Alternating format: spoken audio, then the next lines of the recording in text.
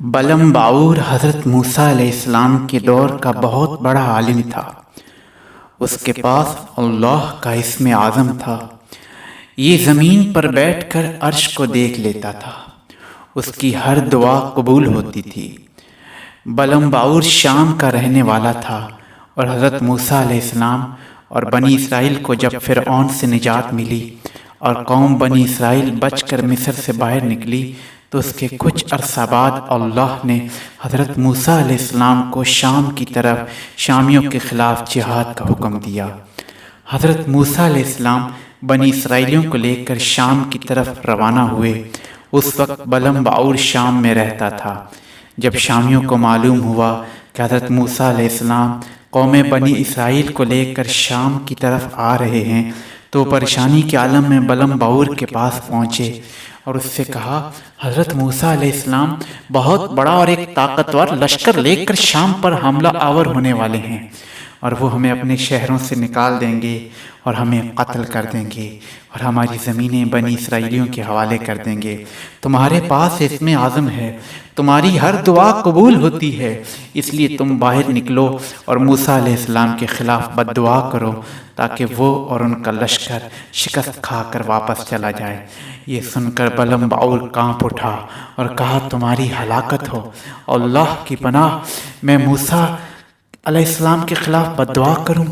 موسیٰ علیہ السلام اللہ کے رسول ہیں اور ان کے لشکر میں مومنوں اور فرشتوں کی جماعت ہے، ان کے خلاف میں کیسے بد دعا کروں؟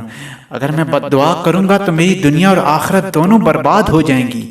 یہ سن کر اس کی قوم پھر بھی اصرار کرتی رہی کہ وہ موسیٰ علیہ السلام کے خلاف بد دعا ضرور کریں۔ بلم باعور کا طریقہ یہ تھا کہ وہ جب بھی کوئی دعا کرتا تو پہلے استخارہ کر کے اللہ کی مرضی معلوم کرتا تھا، اور اگر استخارہ اچھا آتا تو پھر دعا کرتا تھا ورنہ نہیں کرتا تھا۔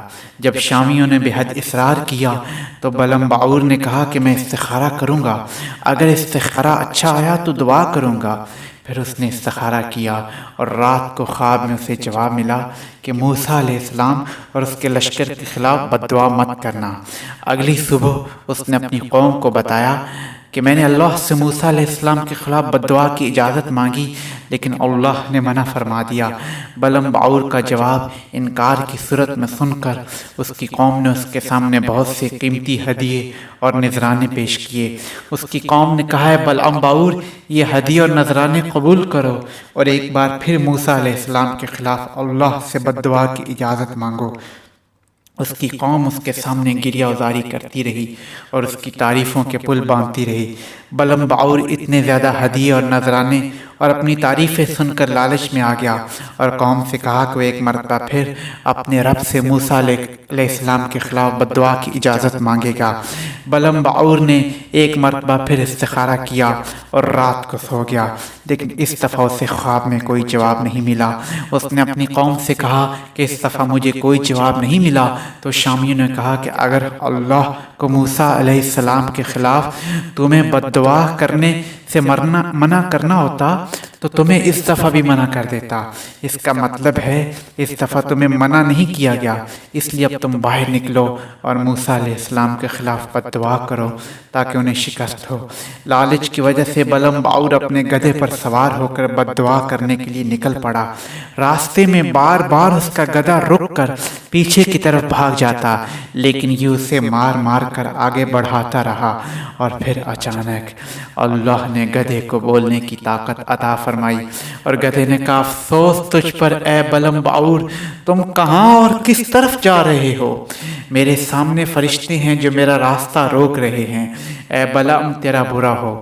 گدھے کی تقریر سن کر بھی بلم باعور واپس نہ پلٹا، یہاں تک کہ وہ حسبان نامی پہاڑ پر چڑھ گیا اور پہاڑی سے حضرت موسیٰ علیہ السلام کے لشکر کو دیکھا اور ان کے خلاف اس نے بد دعا شروع کر دی۔ اللہ نے اس بدبخت کی زبان کو اس کے اختیار سے چھین لیا۔ وہ حضرت موسیٰ علیہ السلام کے لیے بد دعا کرتا تھا لیکن اس کی زبان پر ان کے لیے دعا اور اپنی قوم کے لیے بد دعا جاری ہو جاتی تھی۔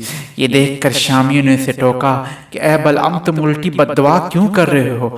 بلعم نے کہا، میں کیا کروں، میری زبان میرے اختیار میں نہیں رہی، میں بولتا کچھ ہوں اور میری زبان سے نکلتا کچھ اور ہے، اور پھر اچانک اس پر اللہ کا غضب نازل ہو گیا اور اس کی زبان لٹک کر اس کے سینے پر آ گئی۔ اس وقت بلم باور نے اپنی قوم سے رو کر کہا کہ میری تو دنیا اور آخرت دونوں برباد ہو گئیں، اب میری کوئی دعا قبول نہیں ہو سکتی، لیکن میں تم لوگوں کو حضرت موسیٰ علیہ السلام اور ان کے لشکر کے خلاف ایک تدبیر بتاتا ہوں جس سے ممکن ہے کہ ان کے لشکر کو شکست ہو جائے۔ تم ایسا کرو، تم لوگ انتہائی حسین و جمیل لڑکیوں کو بنا سنوار کر ان کے لشکر میں بھیج دو، اگر ان میں سے کسی ایک نے بھی ان کے ساتھ زنا کر لیا تو پورے لشکر کو شکست ہو جائے گی، کیونکہ جو قوم زنا کرے اللہ اس سے سخت ناراض ہوتا ہے۔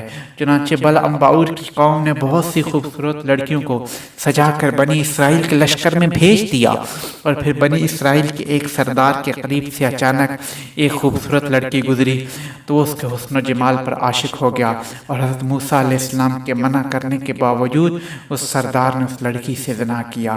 اس گناہ کا اثر یہ ہوا کہ اللہ نے اس وقت بنی اسرائیل پر طاعون کی بیماری پھیلا دی، جس سے 70,000 افراد مر گئے اور باقی لشکر ناکام ہو کر واپس چلا گیا، جس کا حضرت موسیٰ علیہ السلام کو بہت دکھ ہوا۔